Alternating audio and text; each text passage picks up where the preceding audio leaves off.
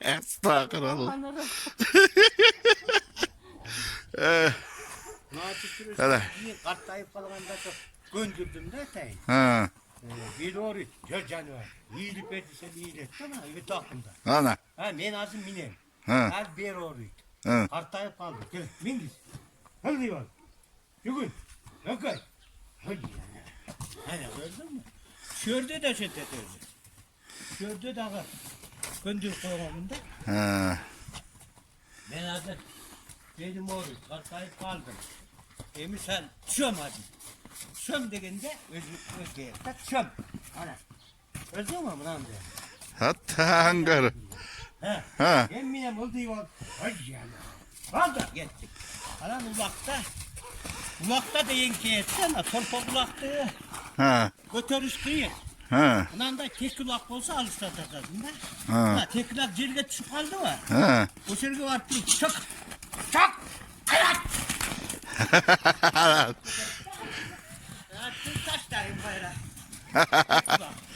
Hadi.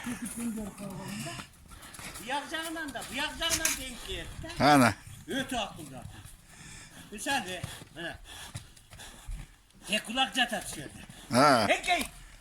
Hekkey! Hekkey de! Hekkey! Ya! Sinas geldi gitti. Sana.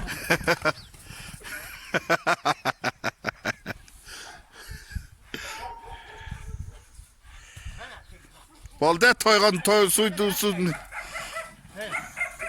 Lan da üstüne taş kaydın da. Taşta korkulaktı. Kimse üstüne rahattı mı? Anda cerge taşlar. Taşların derler özü. O limet tutturat. Ay canım. Adımın annen yiyoruz. Ya canlı. Ne gelin? Ya can.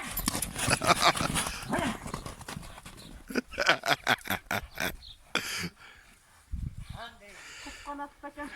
O atike ko çirkin. Korktu götür üstüne. Ha. Ana şunda döndürüp kovalım değil mi lan bunu? Bir yandan da bu yandan bekliyor. Ana. Sağ köşe tutuyor. Kulak çatar şimdi. Peki. Ayak. Sen de getir. Sen.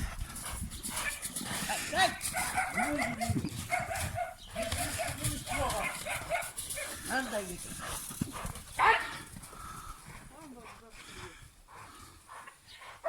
O bir öte. Bir canın en kötü. Sen buna